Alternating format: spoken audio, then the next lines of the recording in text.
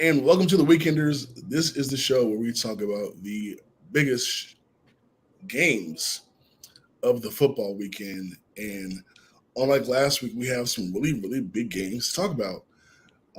But first, I'm going to say what's up to my guy, Bobby. Bobby, how's How's it your week? going, Maxwell? Uh, Surprisingly more eventful week zero than I think we really thought going into it. Yeah, you're right about that. You're right about that.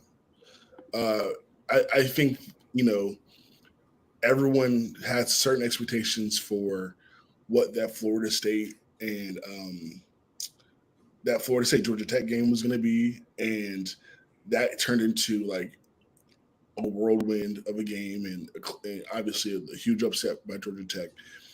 Um, and then we followed that up with some close games between SMU and Nevada, and then like we all thought even Hawaii would maybe be able to cover their spread, and they couldn't even do it. So a very like crazy week zero indeed.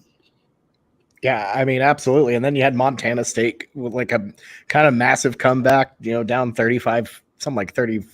I think it was 31-14. They were down, came back, won on a crazy drive. And, but overall, I mean, the biggest story by far, and not to talk too much about week zero, Yeah, Florida State going down week one, shocking. I mean, that was a college football playoff team for a lot of folks. So the ACC, very, very interesting state of affairs there. well, yeah, and you know what? Speaking of college football playoff now with the new format, they still could be a team that goes to the playoff. Their hopes are not dashed just yet. But I mean, it's interesting. I think like for the future, it'll just be one of those things where we see, okay, is maybe Georgia Tech a real team this year? Not like a contender for the ACC, but like, are they just like a better team? Um, are they? Um, is Florida State just not as good as we thought, or is Georgia Tech is better than people thought?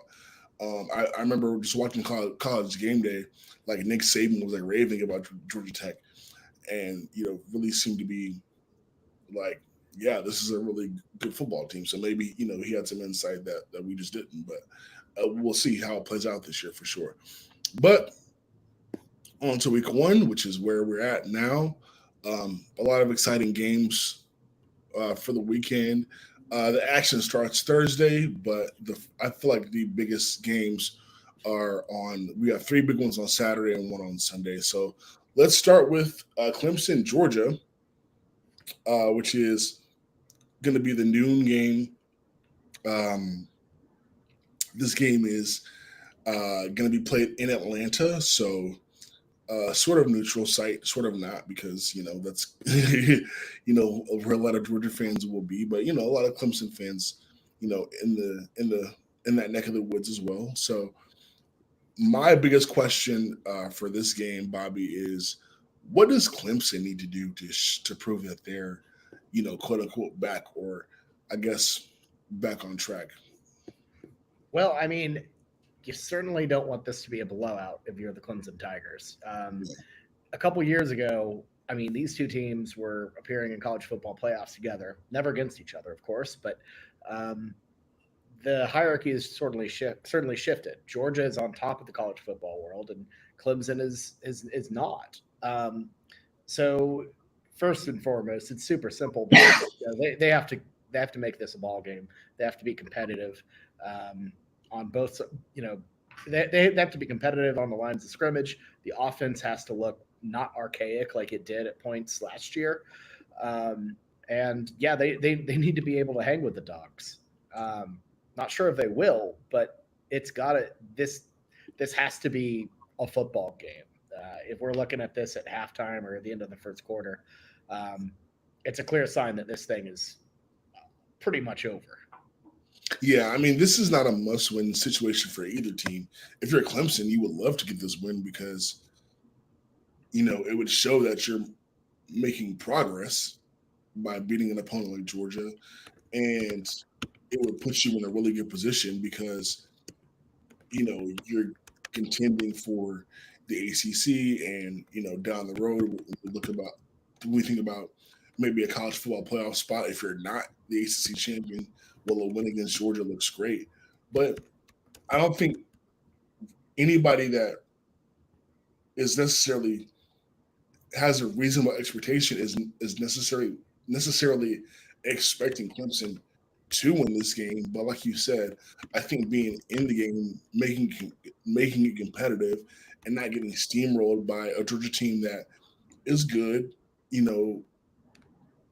like it shows that you belong, right? That's at the end of the day, like you want to prove that you belong in the conversation. You're one of the top 12 teams, and that's going to remain to be seen. But I think that Clemson, short answer, you have to cover.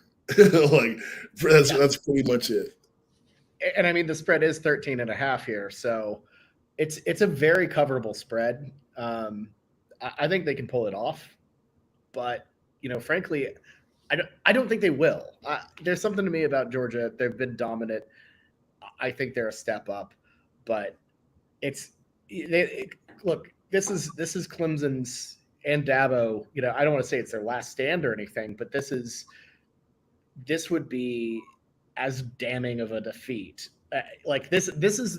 I don't think I've seen a game where it's like they can't get blown out, or else it would be an absolute indictment on the program overall. Like this means a ton to Clemson, and it's standing in college football.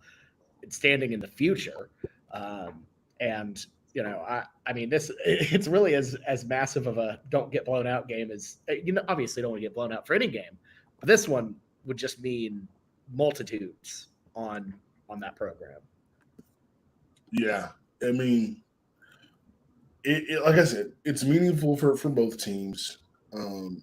Huge game for a lot of reasons. But I think this is like for Georgia, it's like, all right, let's prove that we're on the right track with a convincing win. And for Clemson, it's like, all right, let's prove that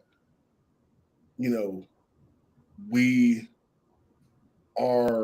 deserve to be in the discussion. And for Dabo, like all the criticism I'm getting, I'm still running this program the right way. It's going in the right direction. And the criticism maybe necessarily isn't warranted. Like that's the big picture we're looking at here. But yeah, so this is huge ranked matchup. Obviously, Clemson's 14, Georgia's are ranked 1. If I forgot to mention it before, Georgia's favored by 13.5. That's the line from ESPN Bet. And the over-under is 48.5. I'm taking Georgia to win the game. I thought about whether or not I was going to include a spread, and it's not lock of the week or whatever, so it doesn't matter. But I'm just not really too sure what I want to do with this spread, but I do like Georgia to win, just plain and simple. Yeah, I'm confident in the Dogs to get a massive win here. I'll throw in the spread just because I feel like they'll do it. I'm very intrigued. This is going to be such a barometer of seeing where that Clemson program is. I'm intrigued to see if they can cover this. I don't think they will, but I mean, I'm just so this is a game that is so fascinating to me, and I cannot wait to watch it. Yeah, this is going to be one of my favorite games. I mean, one of the games I'm most excited about too. Like, I'm really looking forward to this one with so much on the line. Like it's not it's SEC versus ACC. Those games are always interesting, especially when it's two of the top teams. And we'll talk about another ACC SEC matchup later. That's not as significant but still fun. Like I'm really looking forward to it. Yeah, and whenever it's like a regional thing too, like Georgia and Clemson are real close to each other. This isn't like I don't know, Mississippi State and Boston College, or Stanford and NC State. So like having that regionality, where it does intersect, it's gonna be that's fun. Yeah, absolutely. Um, all right, cool. Well, let's go on to the next matchup, and that is going to be Miami at Florida. As I alluded to just a second ago, another ACC versus SEC matchup with a lot at stake, particularly for Miami, who's ranked number 19. They're favored by 2.5.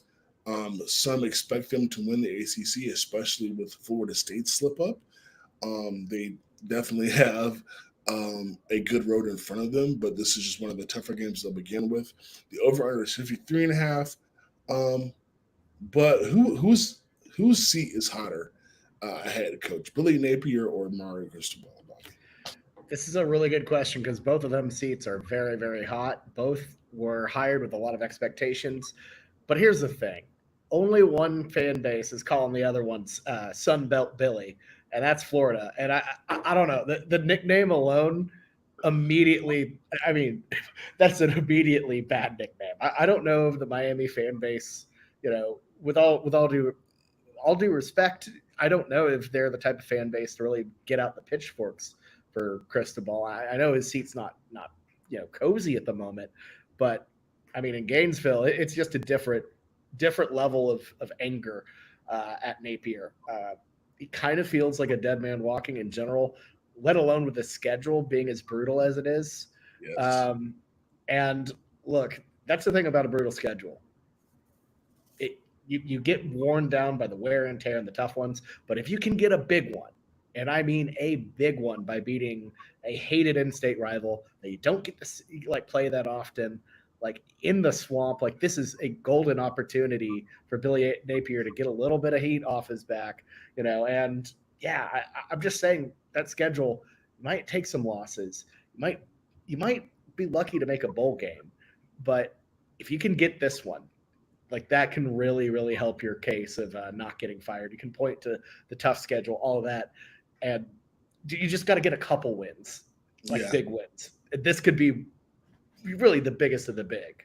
You win this game and you can make it through September, maybe even make it to Thanksgiving, uh, or I won't say Thanksgiving.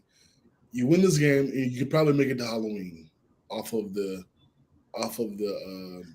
strength Just of off this. this one, just off it. Yeah, take care of business with some of the other ones. I think they had Mississippi State at some point. There are winnable games, but and you got to win those, of course. But if you get a couple of the big ones, then then Billy Napier, well, Sunbelt Billy, might survive another season. We'll see how it goes. Yeah. So yeah, I think this is I struggle with this one. I agree with you that the pressure in terms of the fan bases like night and day almost with Miami and Florida. Miami sports fans in general, I don't think are um, that like angry about anything when it comes to their team and when it comes to the teams they support, whether it's the Miami Heat, the Dolphins, whatever. Like there's just no energy because in Miami there's a million other things to do, and sports, especially the Hurricanes, now that it's not the '90s or early 2000s anymore, like just not something that they're you know taking out the pitchforks for, like to use the example you said earlier. But I do believe that this year with the 12-team playoff and getting Mario Cristobal from Oregon, and you take the context of seeing that what the Oregon program has been able to accomplish since Mario left, and you've and if you're the Miami, athletic department, viewing the ACC this year as winnable, and that like this game was a first step. Not saying that they're going to make any decisions based on this game, but I really do think that there is an expectation there for Miami to take some sort of lead. Like, I really do feel like Mario Cristobal will not be the head coach next year if Miami does not at least play in Charlotte for an ACC championship. Maybe they don't win.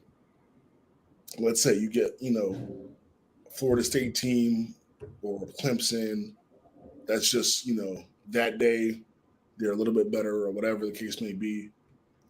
And maybe you don't even you know get to the playoff, right? Like maybe whatever, like you just don't make it.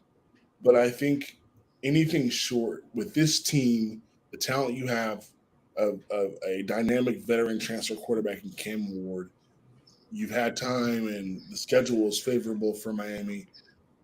Um, I really do think anything less than competing for an ACC championship is going to be a huge disappointment for the athletic department. And I mean, I could understand the justification for moving on from them. I think it's very very real. Yep. So it's hard, man. I don't know. You make a great case for both of who is hotter, but I think both of these coaches are under a lot of pressure this year. And I'll say this too is I think in this specific game, this game specifically, I think the case or it's hotter for Napier because Cristobal, honestly, if they lose this one, all of their dreams are still accomplishable.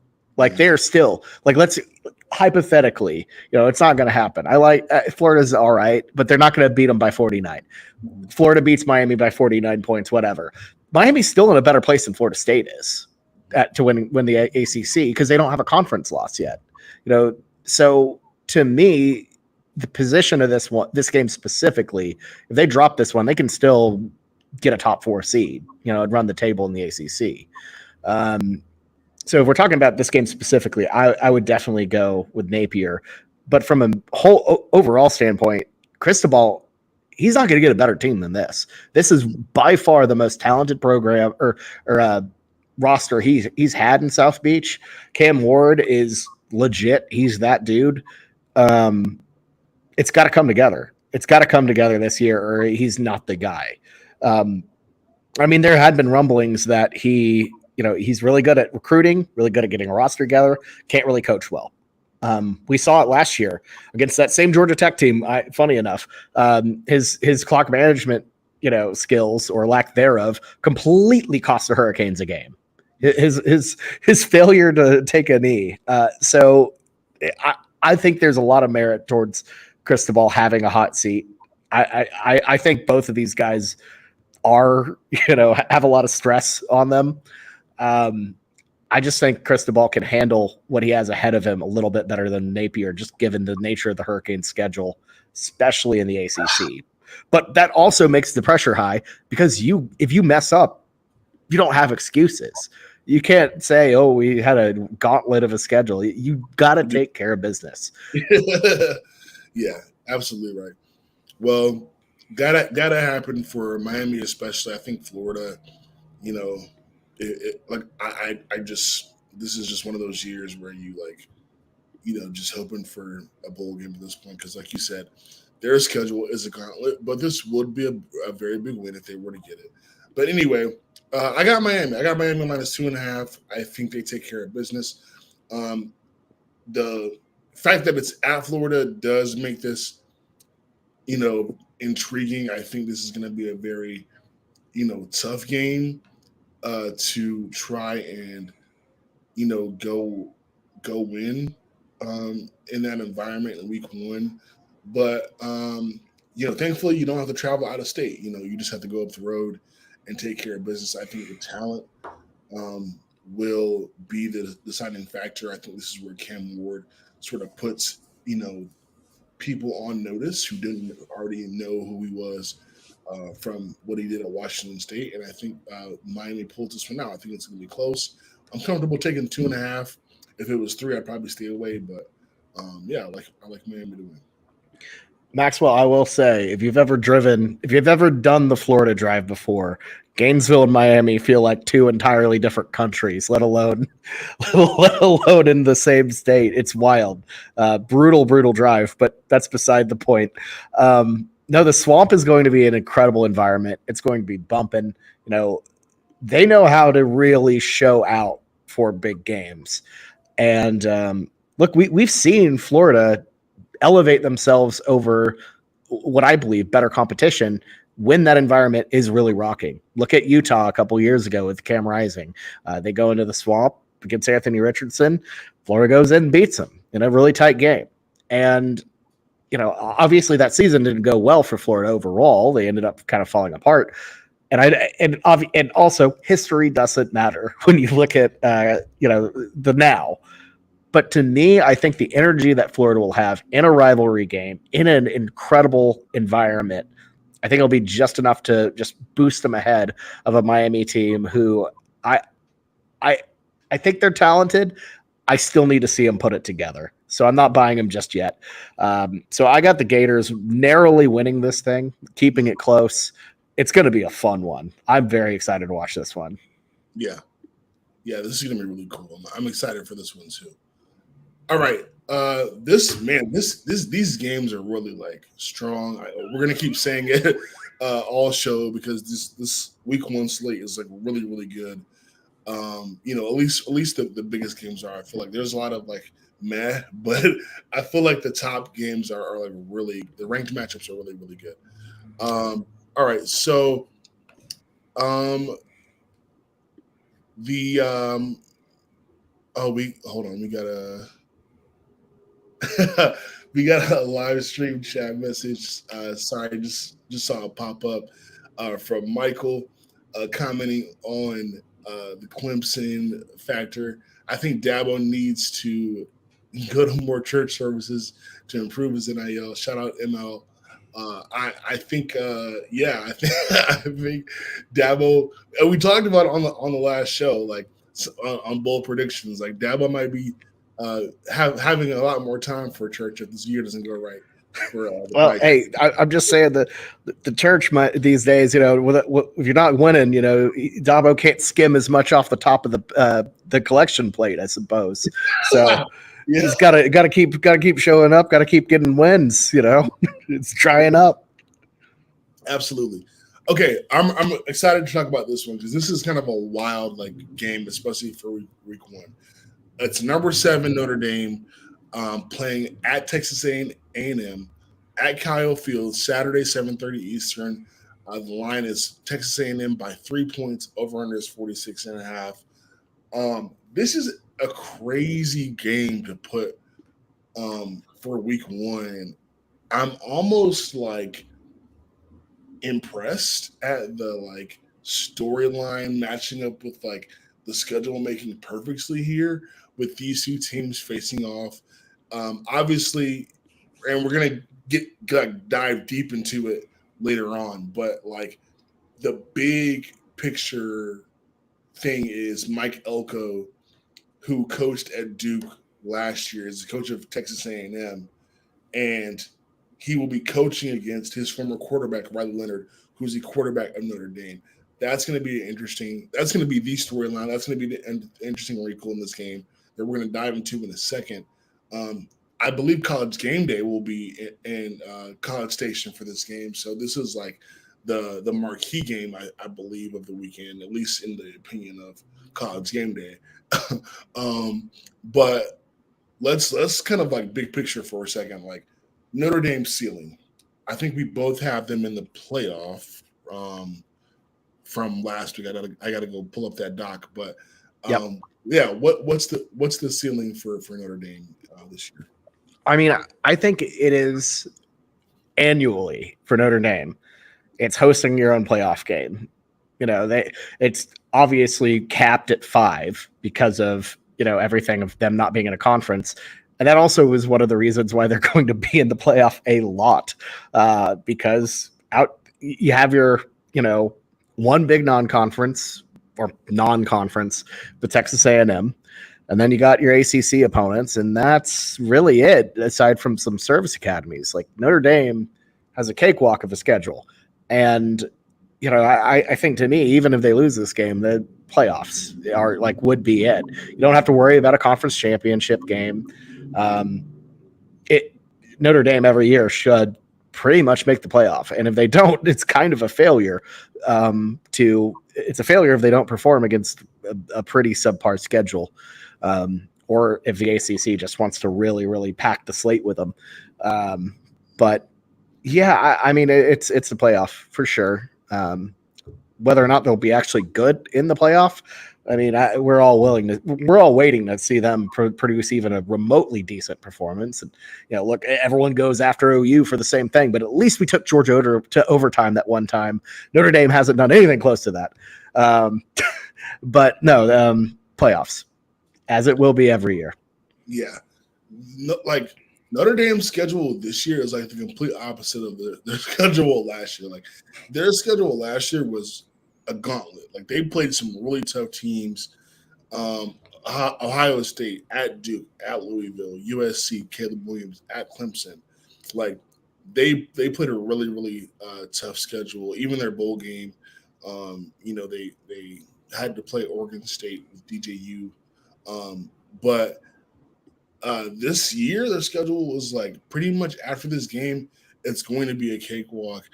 They're going to play at home a lot, or they're going to play at a neutral location against Georgia Tech, Navy, and Army. I believe that game against Army is going to be at Yankee Stadium, which I'm not so much excited to watch for the football, but I'm excited to watch a game at Yankee Stadium. Like I think that's going to be pretty sick. But I mean, yeah, they're going to have home or neutral locations for a lot of these games, and really, like if they beat Texas A&M at Kyle Field this weekend, even if they slip up somewhere else, like it's easy. It's a no-brainer that you're going to the college football playoff, and that should be the expectation and the ceiling, especially this year. So yeah, I agree with you. They should be I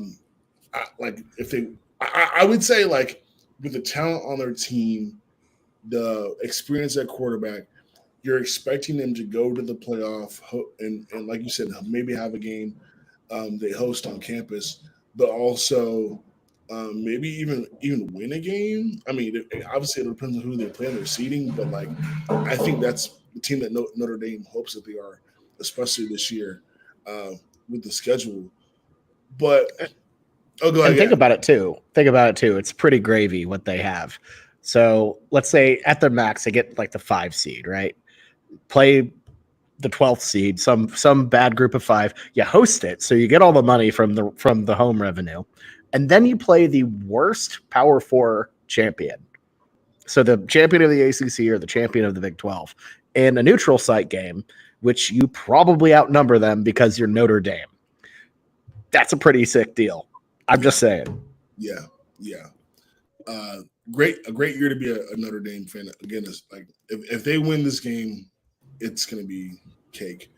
And on top of that, they're like, I don't think this is a coincidence that this is a year that they're allowing like their season to be followed on Peacock. Like they have a documentary they're going to do throughout the season. I don't think that was a coincidence because they expect to win all these games.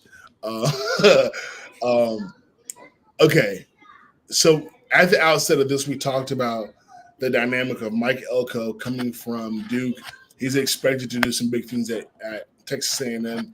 Not the big name, sexy hire that Texas A&M is used to having at that school, which may be a good thing for them. Like it may be a good thing that they, did not take a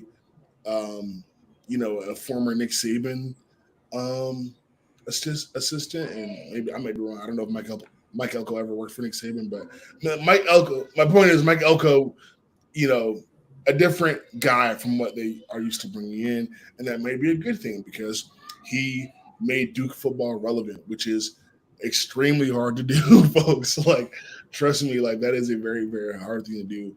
And he did a great job at that program. So yeah, I guess at A&M you have New Hope, but anyway, the dynamic that I want to focus on is on the other side of the coin for Notre Dame. They got Riley Leonard. So the second year in a row that Notre Dame is, hoping that a ACC transfer quarterback can lead them to the promised land.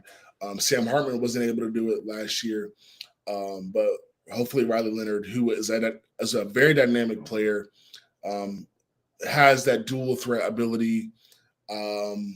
He can also he makes good decisions, pretty good with accuracy and everything like that. Hoping that guy is the one that allows you to have some success this year. So my question to you, Bobby, is how much of an advantage is it that Mike Elko coached Riley Leonard, knows Riley Leonard's tendencies, knows his weaknesses, and is going to coach on the other side in hopes of an upset victory against Notre Dame? It's got to be massive. I mean, having your head coach who's defensive minded as well, like you said, he knows everything about Leonard. What he's good at, what he's not good at. I think it's going to be a massive advantage for Texas A&M for sure, because especially because you kind of know what you're getting with Riley Leonard at this point. I don't think there's much he can do to go out and surprise. So I think that is a big thing for Elko. Yeah, I think it's huge. I mean, I think it's going to be interesting to see the offensive schemes and what they try to do with Leonard to sort of combat what Elko might throw at him. But I think having a coach on the other side that knows tendencies and kind of knows not only Riley Leonard, but also last year Duke played against Notre Dame last year. So you've coached against the team, you've coached against the coach already, and the tendencies of the quarterback. I think all of that combined is something that you have to factor in when you're talking about this game. And that's honestly what makes me nervous when we talk about this matchup. If I'm a Notre Dame fan, I'm terrified of what that's gonna look like. So also on the other side, Notre Dame doesn't know what Texas A&M looks like under Mike Elko. Yeah. It's a totally different group of players that frankly are a lot more talented than they were at Duke. He's dealing with some real 5-star firepower at Texas A&M. I think that's going to be intriguing to see. By the way, Tariq, I'm glad you weren't watching earlier. You would not be very happy with me about what I said about your Clemson Tigers. Yo, shout out to Tariq. Yeah. Yeah. But okay, so I'm taking Texas A&M in this game, Bobby, and here's the reason why. I want Notre Dame. I like Marcus Freeman, very nice guy. Not to shameless plug. I got to interview him, just as they were promoting the documentary that I mentioned earlier. Very nice man. I hope Notre Dame has a nice year. Texas A&M, Kyle Field, plus the Mike Elko factor of knowing the quarterback and the team. If there was no game Duke versus Notre Dame last year, and that game was a fight last year, Notre Dame and Duke. I believe, Notre Dame won by touchdown. So close game. It was at Duke. Just the familiarity of the coach with the quarterback and the team, and you're at home, and you're trying to make your own path here in the SEC with high expectations, some good players. You got your quarterback Connor Wegman back from injury. Like, for me, I got to go Texas A&M. Like, that's what my brain is telling me. I gotta do it. Yeah, I'm all in on the Aggies here as well. That defensive line is stacked. The talent they have is unbelievable. And Jimbo Fisher was not getting it done, clearly. From the get-go, he wasn't able to fully access that talent, wasn't able to take it over the top, and was just not a good fit, regardless of what he had done at Florida State, what he had done in the past, all of that. So, without a doubt, it was a good hire. I think Elko is the right guy to lead them in the right direction, and I think they start out with a big win over the Fighting Irish. Yeah, and just in general, like we talked about Notre Dame and what they can do. Like, obviously, the path for Texas A&M is harder because of the conference they're in, but Texas A&M, their schedule is not looking too bad. Like, depending on how you look against Notre Dame, if you get the win or if you look like you can compete with them, like they have a chance to make some noise. They get McNeese after this. You got to go to the Swamp and play Florida. That's not going to be easy, but we know what Florida is.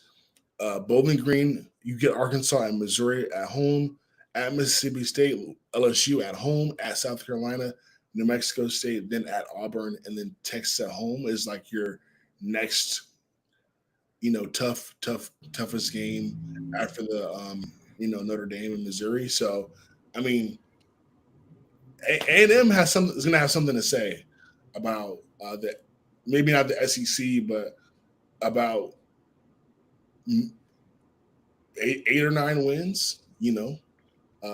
Which would be an improvement, obviously, from last year. So, especially if Connor Wegman can stay healthy. So, I don't know, man. A&M's got some. They can be making some noise this year.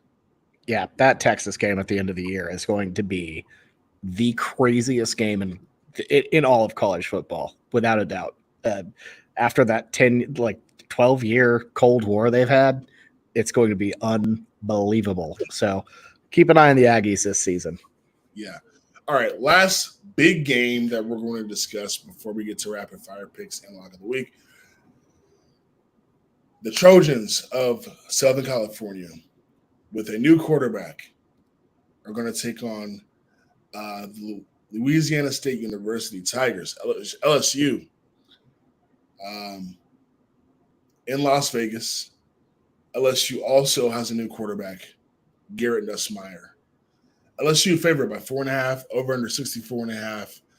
This game was on Sunday at 7:30, so giving us some football on Sunday.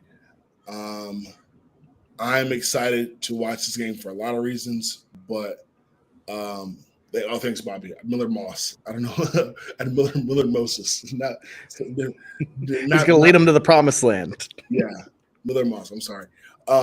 Yes, Miller Moss and Garrett Nussmeier. But yes, the Trojans and LSU are going to play on Sunday. I'm excited for that game because if anyone has heard of a thing called COSM, COSM is essentially a entertainment center where you can watch anything from football to Cirque du Soleil on a giant screen.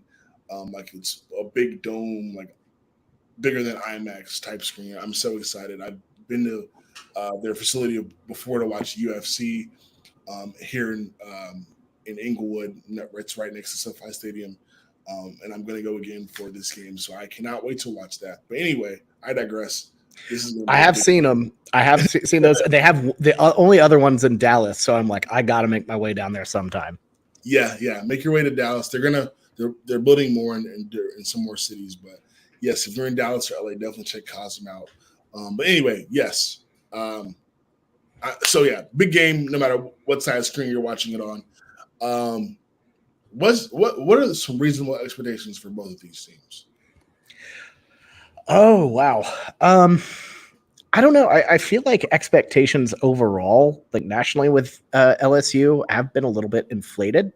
Um, I feel like every year they've played, they've almost, I don't want to say overachieved, but they've ended up in better positions than maybe their record would indicate, or how they play. They just find themselves in places that they maybe shouldn't be.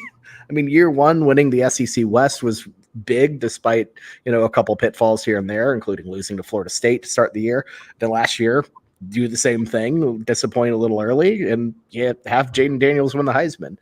Um, my thing is, I think not enough people are talking about the loss of Daniels and the loss of Malik Neighbors.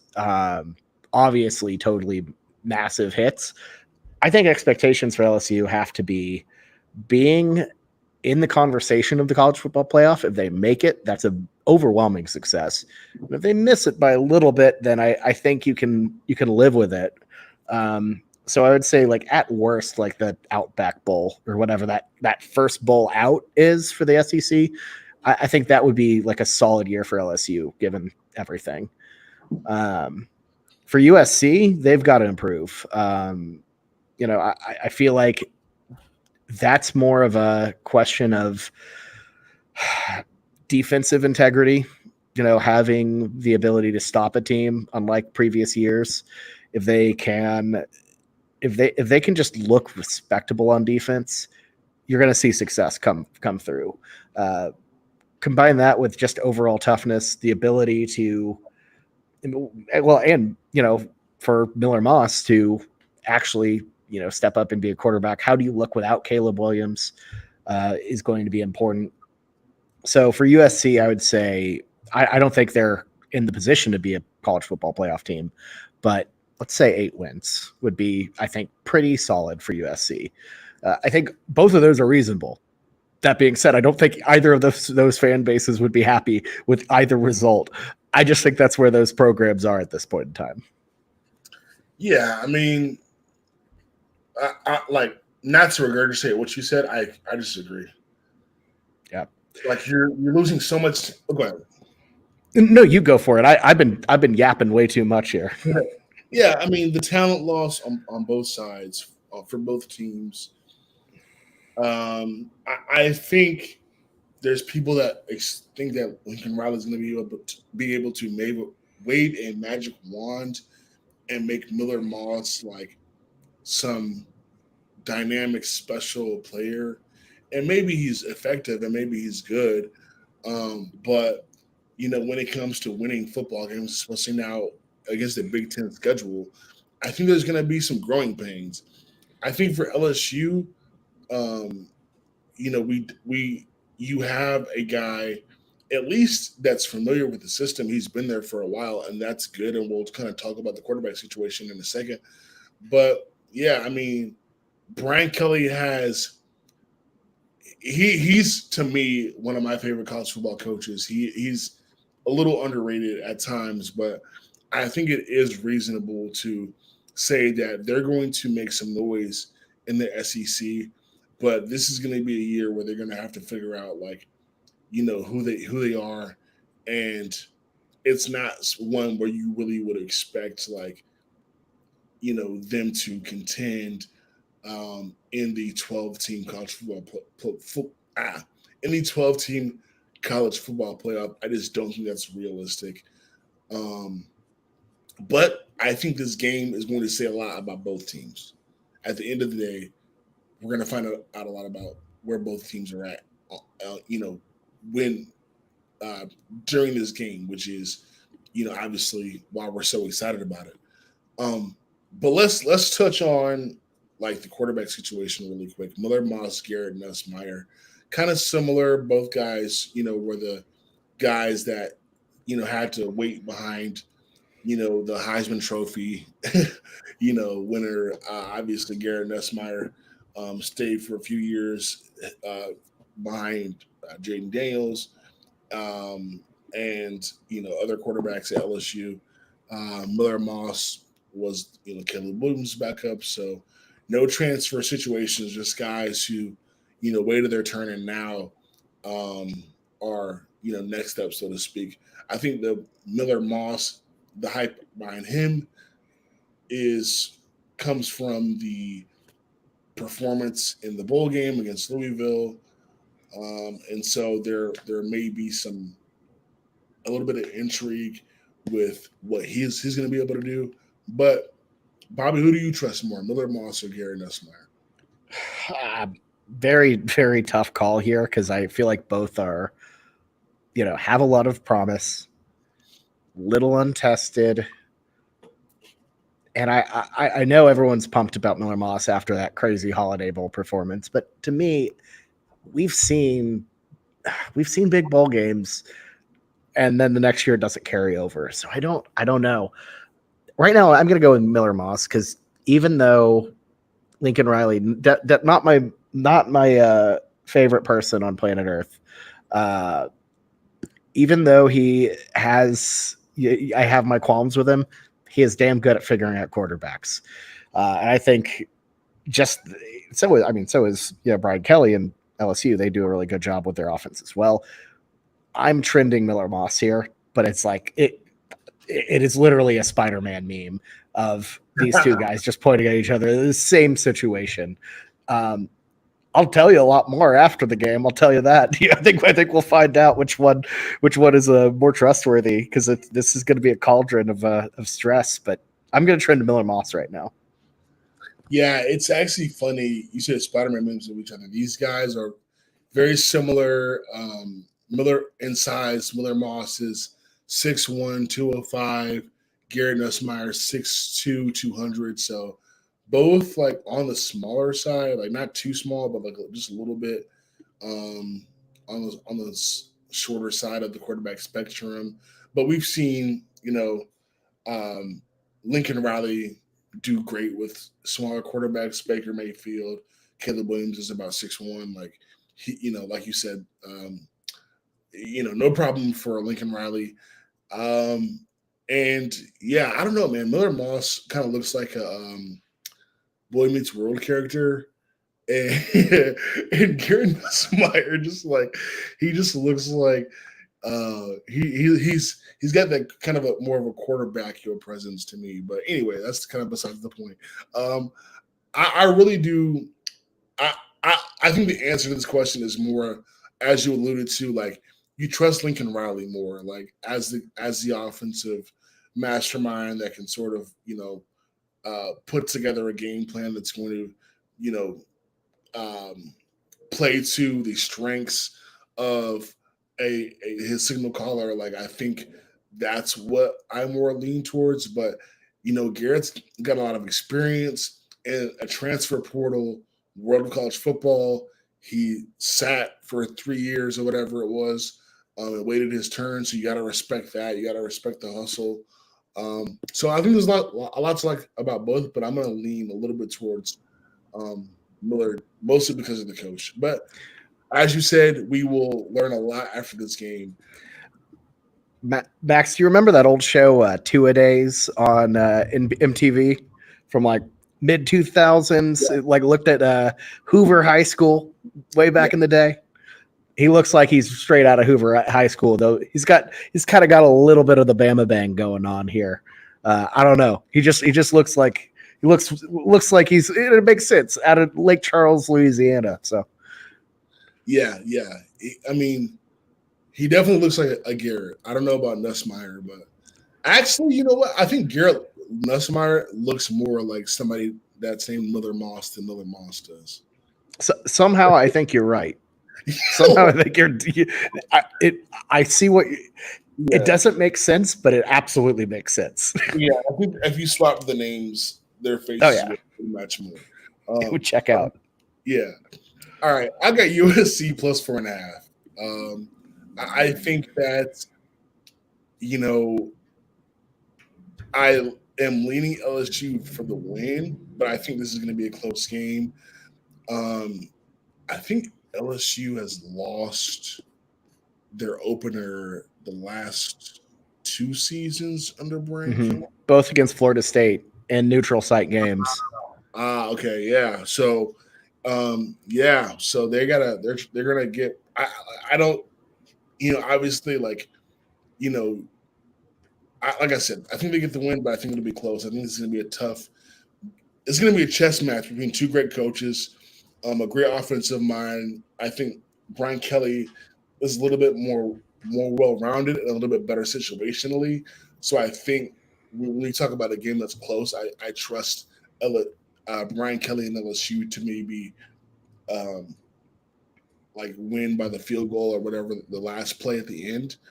But I think USC keeps it within 4.5 points. I'm going to go LSU minus 4.5 here. I just think they have a different caliber of physicality across the board. You got Harold Perkins, who is one of the most dominant defensive players in the country.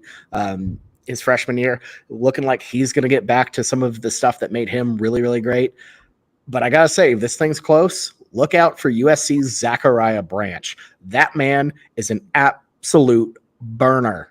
He has like, if you get this thing close, you punt to him, or you kick off to him, don't kick to that man. He will make you pay. I think LSU does enough to keep out of that danger zone, but Zachariah Branch, remember that name. Remember that name, folks. I will say, great point about Branch. Man, what was I going to say? Oh, yeah. We got Big Ten versus SEC football. You mentioned physicality, man. you got to love it. So wild. Just what a world we're living in. Hey, what a world, man. But this is going to be cool. I also love the vibes of this game, like being in Vegas, man. Like, honestly, if I wasn't going to Cosmo already, I think I might go to Vegas, find a casino and just watch the game and just enjoy the vibes. And maybe if USC pull out the win, if USC does pull out the win, the vibes are going to be immaculate there because they're going to be all over Vegas. They're going to party. It's going to be a really fun time. So good vibes for the Trojans fans that make the trip out there for sure. This is the rare good neutral site game. Yeah. Just being on the strip and everything. Yeah. This one would be fun. This one would be fun to go to. Yeah, absolutely. All right. Well, that's our biggest games of the weekend, folks. Let's get to rapid fire picks. Starting, we only got 3 this week. Let's start with one that'll be a talker for a lot of reasons and could be an upset watch for Colorado, who has been in the news for the wrong reasons this week. Shout out to the Denver Post columnist that got shut out. But North Dakota State is going to play at Colorado. I think if you're Colorado, you just want a sound win and no drama, no major injuries. Just get out of there with a win and move on to week 2. But North Dakota State has been known to be a tougher FCS team for a lot of folks, and so this will not be an easy game. But I like Colorado here. Backs against the wall a little bit with all the noise. I really, really do like Shadir Sanders as a quarterback. I think he's going to take a step forward this year. Obviously, North Dakota State is no walk in the park, but I like Deion. I like Prime and Shador and Travis Hunter to get it done for Colorado. Look, in a couple, like if this happened a couple years ago, I'd be all over North Dakota State. But frankly, the program just isn't what it used to be. The coaching situation has kind of gone through a cycle. Their head coach actually just left North Dakota State to be the linebackers coach, not a coordinator, not DC, the linebackers coach, the head coach, which is a far cry from, North Dakota State head coaches past, look at Chris Kleiman, over at K-State. It's just, they're just not the same anymore. I think they have enough grit, enough toughness to make this interesting, but I can't in good consciousness go with them over the Buffs on this one. So yeah, I'm going to take the Buffaloes to take out the Bison.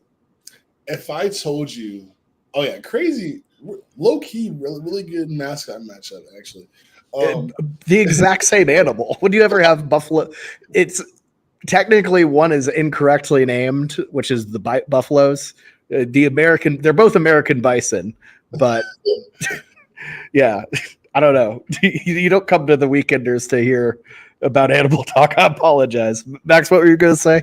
I was going to say, if I told you 2 years ago that a North Dakota State Colorado game would be on ESPN for week 1, you'd think I was insane. I'd be waiting for you to say the plus afterwards. Like, or you. You're right. Like, yes, exactly. Yeah. Oh gosh, yeah. That's an ESPN 8 the Ocho right there. Yeah. A primetime ESPN game, North Dakota State and Colorado. Man, what a world we live in. But yeah, that should be a fun one. Okay. Rapid fire. Penn State at West Virginia. Good old good old rivalry cooking there. Penn State, big expectations, big year for them. James Franklin, don't let me down, man. I'm gonna take the Nittany Lions here. Yeah, this is a tough one. Yeah, because Penn State's offense last year was a little bit awful, but I really like the hire of Kotelnicki, the old OC at Kansas. That's a really, really good hire. West Virginia, I think, under Neil Brown is just salty enough to get this to be a cover, I think, but I think Penn State's good enough to win. So I'm going to go with the Nittany Lions close, but this is going to be a sneaky banger. The real ball knowers know that to watch this one on Saturday because it's going to be fun. Yeah. Yeah, this is going to be a really cool one. I'm looking forward to it too. Okay. North Carolina at Minnesota is our last rapid fire. The line moved from Minnesota -2 yesterday to North Carolina -2 today. Very interesting movement there in Vegas. Man, I've gone back and forth on this one. Obviously, I have my biases as a UNC fan. What I'm struggling with is the plan at quarterback. Not that Minnesota's quarterback situation is great, but UNC, what are they doing? Is it going to be Max Johnson, Connor Harrell? Is it just a chess match? What's going on? Excited to see the defense under Jeff Collins. I think our defensive this is like the first year in a long time I'm more excited about what we do on defense than what we're going to be doing on offense, although hopefully the offense is good as well. But, man, I'm just going to, yeah. I think picking Minnesota just sounds crazy. I gotta take North Carolina, man. I'm sorry. It might bite me in the butt later, man. But Minnesota. I can't think of what they possibly are going to be able to do better. Marion Hampton's going to be able to run. We're going to be able to play on their terms in terms of stopping the run with our defense, running the ball. Despite the quarterback situation, I think if you go with Matt Johnson, he's got a lot of experience. I don't know. I think North Carolina's going to be able to do it just off of talent and the fact that it's Minnesota. Despite the fact that UNC hasn't won a road game in week 1 in 30 years, I think they find a way. Oh, man, this is a tough one because I was thinking Minnesota because UNC does have a way of producing letdowns on week 1 like this. But you mentioned that Vegas line flipping. It feels like there's something they know that I don't know. And because of that,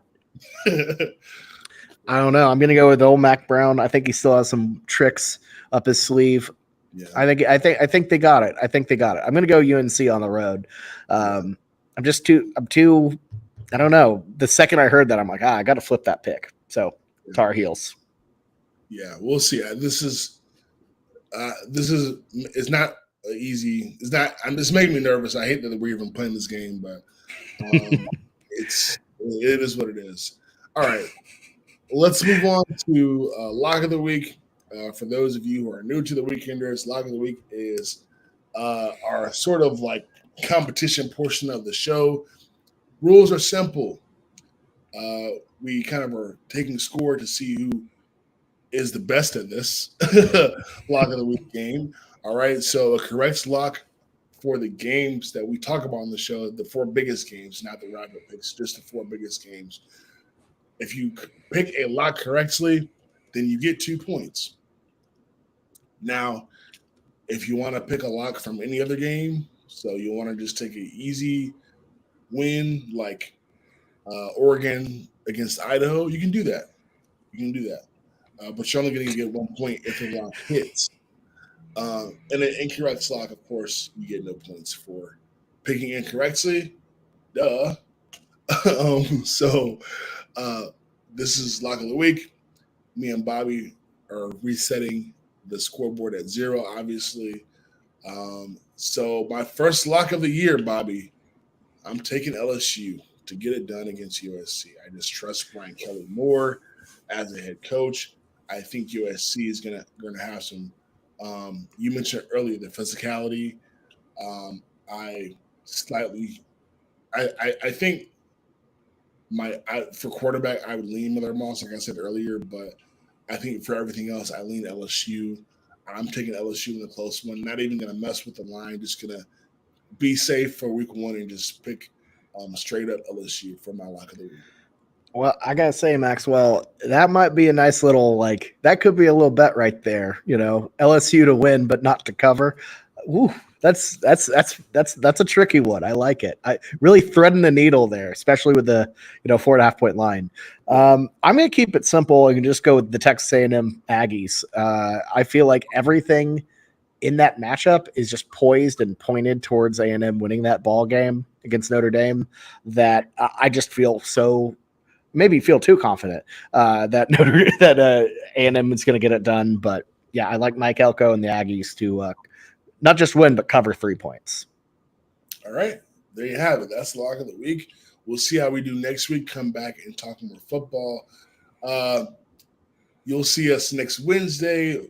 It's Tuesday. We got had to make a adjustment this week, but we're excited for everyone to tune in. Appreciate Mike and Tariq for coming in and commenting, and feel free to spam us in the chat, watch us. Like I said, we'll be here on Wednesdays to talk football with you. So tune in next time, and until then, man, enjoy week 1 of football. It's going to be a blast. I can't wait to see you guys next week and talk about it. Bobby, appreciate you, man. Appreciate you. See you around. See you around. Peace.